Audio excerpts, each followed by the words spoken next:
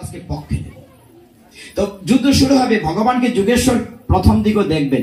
যুদ্ধ আমি প্রথম অধ্যায় থেকে শ্লোক বলি না, কারণ প্রথম অধ্যায়ে ভগবান কোনো কথাই বলেন নাই। বলেছেন 46 শ্লোকের মধ্যে অর্জুন বিষাদের যুগ দরকার ছিল। বিষাদগ্রস্ত না হলে ভগবানের কাছে আমরা আত্মসমর্পিত হই না। দেখা গেল প্রথমটাতে আপনারা জানেন যে কুরুক্ষেত্র বলা আছে একটা ধর্মক্ষেত্র। ধর্মক্ষেত্রে কুরুক্ষেত্র বলবো না, শ্লোক বলে সময় যাবে। আপনারা জানেন এই জায়গাটি কেন ধর্মক্ষেত্র। সেখানে 7টি বন ছিল, সেই 7টি নদী ছিল, পবিত্র নদীগুলো সরস্বতী নদী, কাবেরী ইত্যাদি ইত্যাদি। 7টি কূপ ছিল। এখানে মনীষীরা তপস্যা করতেন। তাদের ভরত বংশের, তাদের বংশীয় কুরু নামক রাজা সেখানে তপস্যা করে, এই জন্য জায়গাটির নাম কুরুক্ষেত্র। সেখানে ধর্মের বীজ বপন করতে চেয়েছিলেন। এই ধর্মগত কেউ দেহ রাখলে সরাসরি ভগবত ধামে চলে যাবে, এরকম বর প্রাপ্ত হয়েছে না, এই জন্য জায়গাটির নাম ধর্মক্ষেত্র। এটা নিয়ে বললে অনেক সময় যাবে। যুদ্ধ শুরু হচ্ছে। অর্জুন এইবার কিছুটা অহংকারী, তিনি রথের উপরে আর ভগবান গাড়ির ড্রাইভার। একটু কল্পনা করুন, ভগবানকে আদেশ করছে, এই রথখানা মাঝখানে নিয়ে রাখো, দেখে আমি কার সাথে যুদ্ধ করতে এসছি। কতটা এরকম না? এখন মনে করেন এই আসরটিতে, এই জায়গাটিতে জায়গা আছে, বারান্দায় জায়গা আছে, এখানে জায়গা আছে, যে কোনো জায়গায় এত বড় যুদ্ধক্ষেত্র, 96 মাইল রেডিয়াস, 48 ক্রুশ বলা আছে, 96 মাইল রেডিয়াসে এত বড় যুদ্ধক্ষেত্রে ভগবান চাইলে যে কোনো জায়গায় রথটি রাখতে পারতেন কিনা। সেটা বলছে সেনয়া উভয়ের মধ্যে, শব্দটা ছিল সৈন্যদের উভয় পক্ষের মাঝখানে। তো ভগবান যথাজ্ঞা, ঠিক যেন ড্রাইভারের মতো, হ্যাঁ ঠিক আছে বলো কোথায় নিয়ে যাবে। তিনি এখানে একটি কৌশল করেছে। একটু খেয়াল করেন, যে শব্দটা নিয়ে তখন আলোচনা করছি না, ভগবান সমস্ত কৌশলের মহারাজা যুগেশ্বর, এইখানে সেটি প্রমাণ দিয়েছে। রথটি এমন জায়গায় নিয়ে স্থাপন করেছেন ভগবান, অর্জুন চোখ খুলেই দেখে তার সামনে তার দাদা মশাই বিশ্বদেব, যে বৃদ্ধ লোকটি কুলে পিঠে করে তাকে মানুষ করেছে। চোখ খুলেই দেখেন তার অস্ত্রগুরু উইপন টিচার দ্রোণ আচার্য, কুলগুরু কৃপাচার্য, তার শ্বশুর সম্বন্ধী আত্মীয় স্বজন দেখে অর্জুনের হাত পা কাঁপতে শুরু করলো, গা ঘামতে শুরু করলো, জিহ্বা শুকিয়ে গেল, রথের উপর বসে পড়লো, হে জনার্দন ফিরে চলো, আমি যুদ্ধ করবো না। ঠিক এইভাবে গীতাটা শুরু হচ্ছে। আমরা কোথায় আছি এখন? কালাচাঁদের মন্দিরে না, কোথায় আছে? কুরুক্ষেত্রে আছে। শুরুতেই বলছে আমরা সকলেই অর্জুন কুরুক্ষেত্রে আছি, রথের উপর বসে পড়া আছে। ভগবানের কাজটাই হচ্ছে তাকে কর্তব্য, আমি যুদ্ধ করবো না, ফিরে চল। কেন করবে না যুদ্ধ? অর্জুনকে প্রশ্ন করছে, আমি যুদ্ধ করবো না, এত আত্মীয় স্বজন হত্যা করে রাজ্য সুখ চাই না, প্রয়োজনে ভিক্ষাবৃত্তি করে জীবিকা নির্বাহ করবো। কেন করবে না বলো? আরে যুদ্ধক্ষেত্রে যদি যুদ্ধ করি, এখানে তো কোনো মহিলা আসে না, সকল পুরুষ এসছে, সবাই পুরুষ। ওরা যুদ্ধ করলে মরে যাবে, আর পুরুষরা মারা গেলে মহিলারা বিধবা হবে, মহিলারা বিধবা হলে বেবিচারিণী হবে, বেবিচারিণী হলে শঙ্কর সন্তান জন্ম নেবে, শঙ্কর সন্তান হলে কুলক্ষয় হয়। শ্লোকে আছে যে কুলক্ষয় হয়, ফলে আমাদের উত্তর পুরুষ পিণ্ডদান হবে না, সঠিকভাবে উদ্ধার হবে না। ভগবান বলছেন, অর্জুন তুমি কথাগুলো বলছো জ্ঞানীর মতো, কিন্তু কাজটি করছো মূর্খের মতো। আরে তুমি মারা আর কি, আমি তো সব মেরে রেখেছি, তুমি উপলক্ষ মাত্র। মানে এত সহজ ভাবে ভগবান বলছেন যে দেখো, দ্বিতীয় অধ্যায় থেকে ভগবান 2 নম্বর শ্লোক থেকে কথা বলতে শুরু করছেন। দ্বিতীয় অধ্যায় 11 নম্বর শ্লোকে কি বলছেন? অসুচম অন্য সুচাস্তাং প্রজ্ঞাবাদংশ ভাষসে গতাসনশ্চ নান অনুসূচান্তি পণ্ডিতা। একজন পণ্ডিত ব্যক্তি কখনো অনুসূচনা করে না কে এলো আর কে গেল। তুমি অনুসূচনা করছো কেন? এইখানে যে বিষয়টি পরিধানযোগ্য, খুব মন দিয়ে খেয়াল করেন। ভগবান এই গীতা থেকে আমরা কি জ্ঞান নেব? গীতা কিন্তু পাঠ্যপুস্তক না, যেটা মুখস্থ করে পরীক্ষা পাশ করব। গীতা হচ্ছে উপলব্ধির বিষয়, হৃদয় দিয়ে অনুভব করার বিষয়। আমরা গীতা হতে চেষ্টা করব এবং অত্যন্ত মনোযোগ দিয়ে শুনলে দেখবেন এই জায়গাটিতে পেছন পর শোনা যায়, জেনারেটর আস্তে আস্তে শোনা যাবে আপনি যদি নীরবতা থাকেন। ভগবান অর্জুনকে বলছেন, তুমি এই দেহটাকে অস্ত্র দিয়ে যদি মারো, তীর দিয়ে, বল্লম দিয়ে, তলোয়ার দিয়ে মারো বা কাটো, অস্ত্রটা দিয়ে যদি আঘাত করো, এই দেহটা নশ্বর আর আত্মাটা হচ্ছে অবিনশ্বর। সেইখানে বলা হয়েছে শাস্ত্রের 2য় অধ্যায়ে 2টি চমৎকার শ্লোক আছে আপনাদের স্মরণে, বিশেষ করে স্টুডেন্টসদের জন্য। 2য় অধ্যায়ের নাম কি? সাংখ্য যুগ। সাংখ্য যুগ, সাংখ্য যুগ। সাংখ্য যুগে ভগবান 22 নম্বর 23 নম্বর 2টি শ্লোক খুব গুরুত্বপূর্ণ বলেছেন, সবটাই গুরুত্বপূর্ণ।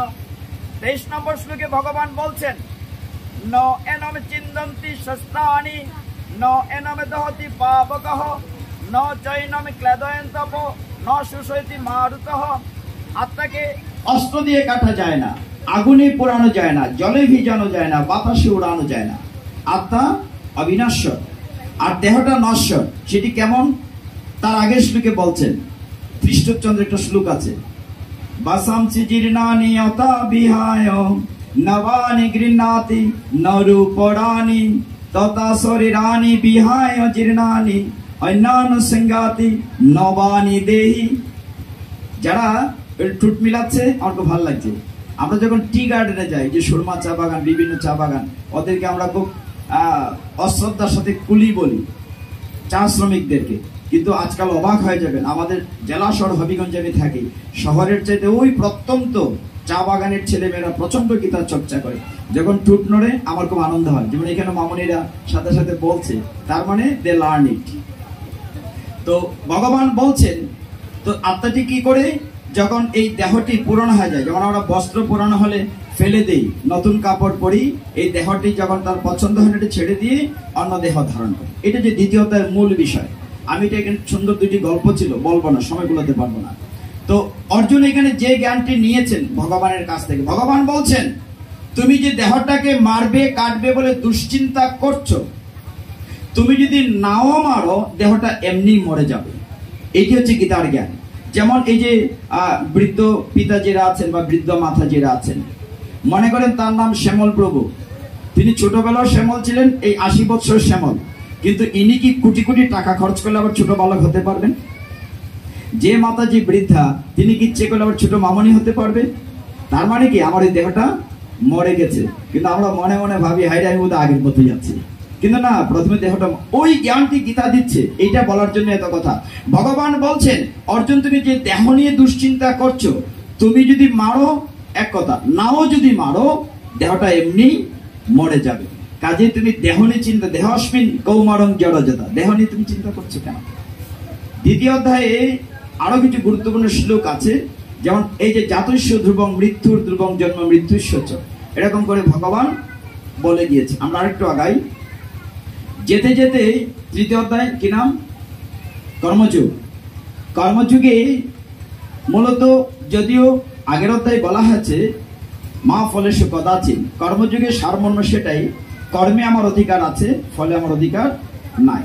তারপরে অধ্যায়ের নাম কি? জ্ঞান যুগ, চতুর্থ অধ্যায়। চতুর্থ অধ্যায় খুব কমন কিছু শ্লোক।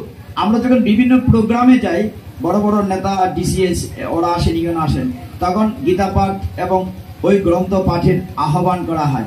পাওয়া যায় না, যদিও বা এখন পাওয়া যায়, ছেলেমেয়েরা পড়ছে, এক দুইটা হাত উঠে গীতা শ্লোক বলার জন্য, তখন মনে হয় গীতায় বোধহয় একটা শ্লোকই আছে 700টায়। কোনটি? ইয়াদা ইয়াদাই ধর্মস্য। আমরা কি বলি? যদা যদাই ইয়াদা ইয়াদাহি ধর্মস্য গ্লানির্ভবতি ভারত অভ্যুত্থানম অধর্মস্য তৎ আত্মানাম সৃজামি অহম পরিত্রাণায় সাধূনাম বিনাশায় চ দুষ্কৃতাম ধর্ম সংস্থাপনার্থায় সম্ভবামি যুগে যুগে। ঠিক আছে মা, ছেলে ভুল করলে সংশোধন করে দিল। তো এইটি ছাড়া কোনো শ্লোক নাই। আমি এটা বলতে চাচ্ছিলাম না, কেন বলেছি জানেন? বলেছি যেহেতু একাডেমি, বাচ্চাদের কিছুটা কারেকশন হতেও পারে, বিশেষ করে স্পেলিং এর বেলা। তো এই 7-8 আমি বলতে চাচ্ছি না। চতুর্থ অধ্যায় 9 নম্বর শ্লোকটা মনে রাখবেন, তাহলে একটি শ্লোক নিয়ে যাবেন জীবনের জন্য। 9 নম্বর শ্লোকে ব্যাকগ্রাউন্ডটা হচ্ছে অর্জুন কৃষ্ণের কথা শুনছে না, ভগবান বলছে যুদ্ধ করো, অর্জুন বলছে ফিরে চলো। এক পর্যায়ে বলছে তুমি কি ভগবান নাকি? তুমি আমি দেখতে একই রকম, 71 বয়স আর 73 বয়স, প্রায় কাছাকাছি, সেমতনু, অর্জুনও সেমতনু।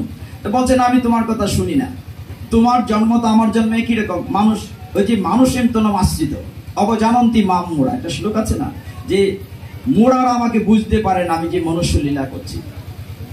ভগবান মনে মনে হাসেন, অর্জুন আমার তো জন্মই হয় না, আমি তো অজ। ভগবানকে জন্ম হয়? অজ, তিনি আবির্ভাব হন। এটি 9 নম্বর শ্লোকের একটি ব্যাখ্যা চমৎকার। এই অধ্যায়ে, চতুর্থ অধ্যায় জ্ঞান যুগে ভগবান বলছেন, জন্ম কর্ম চমে দিব্যম এবং ইউ ব্যক্তি তত্ত্বতঃ ত্যক্তা দেহম পুনর্জন্ম ন ইতি মামেতি সু অর্জুন। ভগবান কি বলছেন? যে আমার জন্মকর্ম দিব্য অলৌকিক, এবং যে শুধু এই কথাটা বুঝে ত্যক্তা দেহম, দেহ ত্যাগ করার পরে আর এই জ্বালাময় জগতে তার জন্ম হয় না, সে আমার বাড়িতে চলে আসে। হরি বল। ভেরি সিম্পল শ্লোক। কত নম্বর বলেছি? চতুর্থ অধ্যায়ের 9 নম্বর। ভগবান বলছেন জন্ম কর্ম চমে দিব্যম এবং ইউ ব্যক্তি তত্ত্বত, এবং সে সেটা জানে ত্যক্তা দেহম, দেহ ত্যাগ করার পরে আর এই জ্বালাময় জগতে আসতে হয় না। অর্জুন শুনে রাখো, সে আমার বাড়ি ভগবত বাড়ি চলে আসে। কত সুন্দর না? চতুর্থ অধ্যায়ের পরে পঞ্চম অধ্যায় কি নাম? কর্মসন্ন্যাস যুগ, কোথাও অভ্যাস যুগ। তারপরে আস্তে আস্তে যাই 5, 6, 7 নম্বর অধ্যায় দিয়ে কিছু বলি, পুরানো যাবে না। বলছে যে বিভিন্ন বাগানে যাব। সপ্তম অধ্যায়ের নাম কি? জ্ঞান যুগ বা জ্ঞান বিজ্ঞান যুগ, যেভাবেই বলি। সপ্তম অধ্যায়ে একটা পর্যায়ে অর্জুনকে বলছে, ভগবান তুমি যে বলছো আমি আত্মীয় স্বজনকে হত্যা করব, ওরা তোমার মায়ার মানুষ। আচ্ছা বলেন তো, দাদা মশাইকে মারা যায়? এই বিশ্বতে আমাদের কুলে পিঠে করে মানুষ করেছে। আমি কি আমার টিচারকে মারতে পারবো? দ্রোণাচার্য। আমি কি শ্বশুরকে মারতে পারবো না? সকলেই তো একটা মায়ার সংসার। ভগবান 2 রকম অন্তরঙ্গা বহিরঙ্গা শক্তি নিয়ে কাজ করেন, একটা যুগমায়া, একটা মহামায়া। এই লীলাগুলা করছে যুগমায়া পরিবেষ্টিত হয়। তো ভগবান একটা জায়গায়, আমি ব্যক্তিগতভাবে একজন আইনজীবী, আমরা কোর্টের সময় ক্রস করি, কিরকম অভিজ্ঞতা থেকে বলছি, যে কৃষ্ণকে আটকিয়ে দিয়েছেন। সপ্তম অধ্যায় 14 নম্বর শ্লোক বলছেন যে ভগবান তুমি তো বলছো তোমার মায়া কাটানো কঠিন, তাহলে আমি কি করে আত্মীয় স্বজন হত্যা করব? মায়া কি করে কাটাবো? শ্লোকটা কি মা বলছেন? দৈবী এসা গুণময়ী মম মায়া দূরত্বয়া। বলছে যে আমার মায়া অতিক্রম করা কঠিন। দৈবী। অর্জুন বলছে হে জনার্দন তুমি বলেছো তোমার মায়া কাটানো কঠিন, আমি কি করে মায়া কাটাই? অর্জুনকে ভগবান বলেন, বেটা উপরের লাইনটা পড়ছে, নিচের লাইনটা পড়া। অনুষ্ঠুপ চন্দ্রের 2টো লাইন 32 অক্ষর, 8 করে থামা। বলছে যে নিচের লাইনটা, উপর লাইনে ভগবান বলছেন মম মায়া দূরত্বয়া, আমার মায়া অতিক্রম করা কঠিন। ভগবান নিচের লাইনে বলছেন মাম এ বজি প্রপদ্যন্তে মায়া মে তামে তরন্তিতে, আমার কাছে যে আত্মসমর্পণ করে আমি তার মায়ার বাঁধন কেটে দেই। হরি বল। সমাধান আছে কিনা? তার মানে কি দাঁড়ালো? গীতা একদম সোজা, এটা বুঝতে হবে, উপলব্ধি করতে, ফিল করতে হবে। মহাত্মা গান্ধী বলতেন তোমরা গীতা পড়ো না, গীতা হও। গীতাকে তিনি বলতেন lamp in a heart. The Gita is a lamp in a heart. Gita হচ্ছে গরিবের ঘরের প্রদীপের আলো। গীতা হও তোমরা। এখানে বলছেন যে ভগবান বলছেন যে হ্যাঁ আমার মায়া কাটানো কঠিন, তবে আমার কাছে যদি আত্মসমর্পণ করো আমি তোমার মায়ার বাঁধন কেটে দিই। মাম এব, আমার কাছে যে প্রপদ্যন্তে, টু সারেন্ডার। বলছেন মায়া মেতাম তরন্তিতে। এখন আরেকটি মজার ঘটনা আছে। অর্জুন একটা প্রশ্ন করেছে, তুমি যে বলছো জনার্দন তোমার কাছে আত্মসমর্পণ করলে তুমি মায়ের বাঁধন কেটে দাও, সবাই কি তোমার কাছে আত্মসমর্পণ করে? এই আসরে অনেকেই আছে আমরা আত্মসমর্পণ করি না, কথা বলার জন্য বলি, বলার জন্য হাত তুলি, পড়েই আর বলি না। করি কি? দেখো যে গীতাতে অর্জুন যে প্রশ্নগুলো করছে আমাদের জন্য, নিজের জন্য না। সে বারবার কৃষ্ণকে দুগ্ধ দোহনের জন্য বাছুর রূপে গুতু দিচ্ছে বানে, কেন? তার নিজের জন্য, জগৎবাসীর জন্য। অর্জুন বলছে হে জনার্দন তুমি বলেছো আত্মসমর্পণ করলে মায়ার বাঁধন কেটে দেও, কিন্তু সবাইকে আত্মসমর্পণ করে? বলছে না, 4 প্রকার লোক আমার কাছে আত্মসমর্পণ। এর মধ্যে 4 প্রকার আমরাও আছি, কেউ না কেউ আছে, এই সমাজে এখনো আছি। সে দাপর যুগে নয় শুধু। ভগবান এই অধ্যায়ের 15 নং শ্লোকে তারপরেরটা 14 পরে বলেছেন, কি বলেছেন? নমাম, মনে আছে? নমাম দুষ্কৃতি ন মূঢ়াহ প্রপদ্যন্তে নরাদমাহ মায়ায় অপরিত জ্ঞানম আসুরম ভাবম আশ্রিতাহ। 4 প্রকার লোক আত্মসমর্পণ করে না। কে কে? যার যে অসুরের মতো, যার ভাবটি, যে নরাধম, যে মূঢ় মানে মূর্খ, যে বলছে মায়ায় অপরিত জ্ঞানম, যার জ্ঞানটি মায়া দ্বারা অপরিত হয়েছে। এইটা বাস্তব 2টো উদাহরণ বলি, বুঝতে সুবিধা হবে। গীতার প্রত্যেকটা শ্লোকের সাথে সুন্দর সুন্দর গল্প আছে, একেবারে শাশ্বত, কিন্তু এতগুলো 2 ঘন্টায় বলা কঠিন ব্যাপার। মাঝে মধ্যে 1-2টো বলছি। এখানে বলছেন ভগবান যে 4 প্রকার লোক, যেমন মূঢ়া বলছেন, মূঢ়া মানে মূর্খ। মায়া অপরিত জ্ঞানম, যার জ্ঞানটি মায়া দ্বারা অপরিত হয়েছে, হাইজেক্ট মায়া। কেমন? অনেক ছেলে মেয়ে আছে লেখাপড়া করতে করতে MA PhD করেছে, করে বলছে আরে ভগবান বলে কিচ্ছু নাই, নাস্তিক হয়ে গেছে, আমাদের চারপাশে আসে, এটিকে বলে মায়া অপরিত জ্ঞানাম। একটা বাস্তব অভিজ্ঞতা বলি। এক জায়গায় গিয়েছি পাঠে, এই 5-7 হাজার মানুষ হবে, জিন্সের প্যান্ট পরা এক ভদ্রলোক, I think so he is literate person. তো উনি এসে আমাকে বলেন, হ্যাঁ আপনার তো সারাদিন ভগবান ভগবান নিয়ে থাকেন, গীতা ভাগবত নিয়ে থাকেন, আরে ভগবান আছে নাকি? সাংঘাতিক প্রশ্ন। ভগবান আছে না মানে তার জ্ঞানটি মায়া দ্বারা অপরিত। আপনি ভগবান দেখাতে পারেন, প্রমাণ করতে পারেন? আবার দেখাতে পারবো না, কারণ দেখার মতো আপনার চোখ নাই। ধৃতরাষ্ট্র দেখতে পারি না, দেখার মতো আপনার চোখ নাই, তবে প্রমাণ করতে পারবো 2 মিনিটে ভগবান আছেন। বলে তাই নাকি, প্রমাণ করান, চ্যালেঞ্জ। আমি ঠিক আছে, আপনার জন্ম তারিখ কত? যেমন এখানে আমরা যারা আছি সকলের ভোটার কার্ড অথবা বার্থ সার্টিফিকেট, আমি দেখি আপনার জন্ম তারিখ কত? উনি বলেন হ্যাঁ জন্ম তারিখ জানি তো। বলে কোথায় থাকে জন্ম তারিখ? বলে জন্ম তারিখ বার্থ সার্টিফিকেটে থাকে, এনআইডি তে থাকে। আচ্ছা ভালো, খুব খুশি কথা। আপনার মৃত্যু তারিখ কত? বলে সেটা তো জানি না। বলে জানবেন না কেন, আপনারা শিক্ষিত লোক। মৃত্যু তারিখ কত? বলেন মৃত্যু তারিখ বলতে হবে আজকে। রাগ করলে মানুষ সত্য কথা বলে, তাকে রাগালাম। বলে যে বলেন মৃত্যু তারিখ কত? মৃত্যু তারিখ কোথায় থাকে? আপনি বলছেন জন্ম তারিখ থাকে বার্থ সার্টিফিকেটে, জাতীয় পরিচয় পত্রে। মৃত্যু তারিখ কোথায় থাকে? কর্ম সেটা জানেন না, মৃত্যু তারিখ থাকে উপরওয়ালার কাছে। বলে উপরওয়ালা বলে একজন আছে। আমি বলি নাই কিন্তু ভগবান আছেন, প্রমাণ আপনি করলেন। তখন ভদ্রলোক বললেন, এইভাবে তো কখনো চিন্তা করিনি। শেষে পায়ে ধরে কান্না করেছেন, এভাবে বুঝতে চেষ্টা করিনি। হ্যাঁ চেষ্টা করতে হবে, ভগবানের ইচ্ছে ছাড়া গাছের একটি পাতাও নড়ে না। এটা মনে প্রাণে দৃঢ়ভাবে বিশ্বাস করতে হবে। আমরা কখন কষ্ট পাই জানেন? এই যে দুঃখ কষ্ট পাই কেন? আমাদের বিশ্বাসের কুটিটা দুর্বল, প্রচন্ড দুর্বল।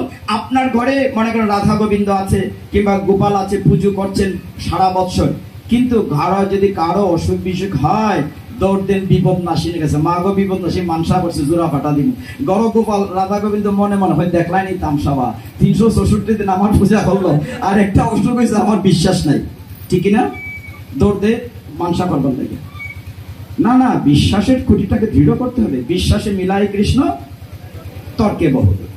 আমরা কোন অধ্যায়ে গিয়েছিলাম? 7ম অধ্যায়। এখানে একটা গল্প বলতে চেয়েছিলাম, একটু বলি। ওই যে বলছে মোড়াটাকে একটু ব্যাখ্যা দেই। মায়া অপরিত জ্ঞান তো বাস্তব ঘটনা বললাম। মোড়া মানে আমার মতো মূর্খদের একটি গল্প আছে ছোট্ট। এক দেশে একজন ব্যবসায়ী ছিলেন, তখন তো গাড়ি ঘোড়া ছিল না, তখন গাধার পিঠে করে মালপত্র নেওয়া হতো। গাধা দেখেছেন মা?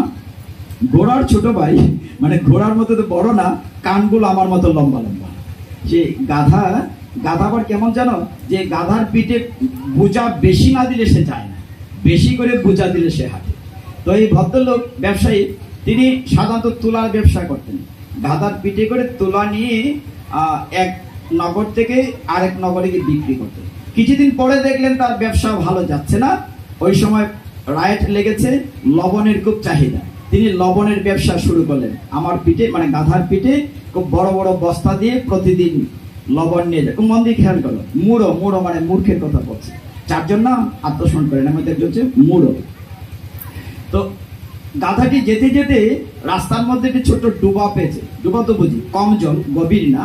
তো ডুবাটিতে কাছে গিয়ে গাধাটি পা পিছলে জলাশয় পড়ে গেছে। ওই পারে যখন উঠেছে দেখলো ওজন কমে গেছে। গাধাটি মনে মনে ভাবলো, আরে আমি তো বুদ্ধিমান হয়ে গেলাম, জলে ডুবলে ওজন কমে যায়, মানে লবণ গলে গিয়েছে। তো ভাবলো আমি তো বুদ্ধিমান হয়েছে। এখন ওই ব্যবসায়ী পরের দিন আবার টাইট করে আমার মতো গাধার পিঠে বেঁধে দিলেন লবণের বস্তা। ওই দিন তো পা পিছলে পড়েছিল, ওই দিন ইচ্ছে করে ডুব দিয়েছে, ওই পারে উঠেছে। এইভাবে প্রতিদিন করছে। এখন ব্যবসায়ী দেখলেন, কি ব্যাপার, আমার তো ব্যবসা আবার খারাপ যাচ্ছে, লবণ কোথায়? মানে বুদ্ধিমান ভাবলো মোড়া গাধাটি। তিনি কি করলেন? ভাবলেন না তাহলে আমার আগের ব্যবসায়ী ভালো। তিনি গাধার পিঠে খুব ইচ্ছে মতো বড় বড় বস্তা থেকে তোলা বেঁধে দিলেন। আর গাধা তো বলতে পারে না তার পিঠে কি দেয়া আছে। যথারীতি নিজেকে বুদ্ধিমান ভেবে জলাশয়ে নেমেছে, কিন্তু ওই পারে গিয়ে উঠতে পারে না। হরি বল। তোলা ভিজে কি হয়েছে? তো ওই হচ্ছে মোড়া। বুঝতে পেরেছেন? তো ভগবানের কাছে 4 প্রকার লোক আত্মসমর্পণ করে। আমরা একটু আগাই। 7ম অধ্যায় পরে 8ম অধ্যায় কি নাম?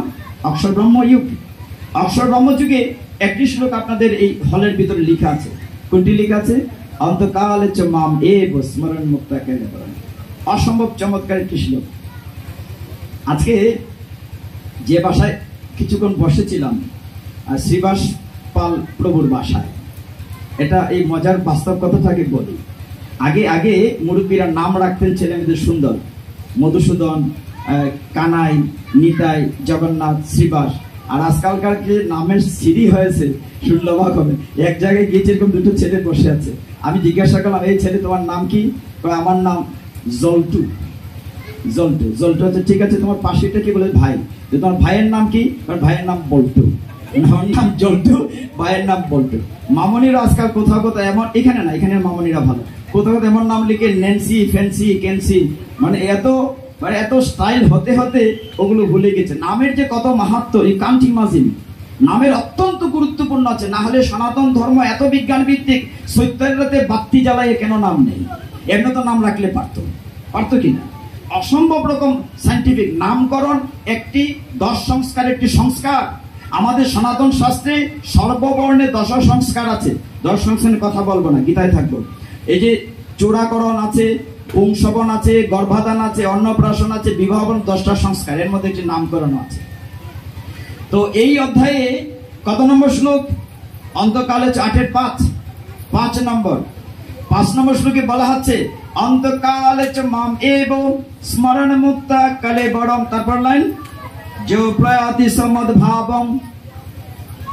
তার মানে এনে কোনো সংশয় করো না, নাস্তিত্ব সংশয়, এতে কোনো সংশয় নাই, একদম ক্লিয়ার। কি বলেছেন ভগবান?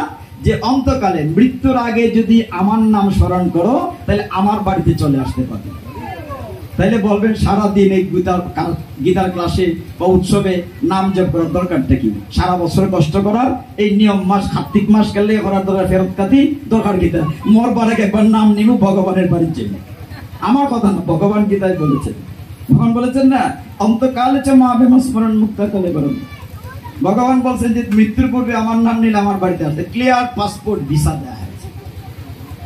কিন্তু মৃত্যুর পূর্বে যে আমার মুখ থেকে ভগবানের নাম আসবে, তার সিউরিটিকে দিতে পারি। সিউরিটি দিতে পারি যদি আপনি চর্চা রাখেন, অভ্যাস রাখেন। কেন আমরা জপতলিতে নাম নেই? চর্চা করার জন্য। যেমন যে লোকটি ছানাচুর বিক্রি করে, রাত্রে ঘুমের মধ্যে বলে গটি গরম, গটি গরম, বলে কিনা?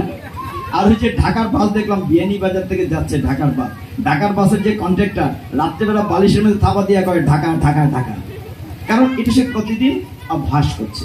তাহলে আমরা প্রতিদিন যদি আমরা হরে কৃষ্ণ কৃষ্ণ কৃষ্ণ হরে হরে, হরে রাম রাম রাম হরে হরে, যদি এটা অভ্যাস করি, মৃত্যুর পূর্বে নাম মুখে আসতেও পারে। এর জন্য বলছেন অন্তকাল। কিন্তু অন্তকালের নাম নিয়ে কে গিয়েছিল? তার নাম কি? অজামিল। কাহিনী শুনেছি আমরা, তাহলে বলবো না।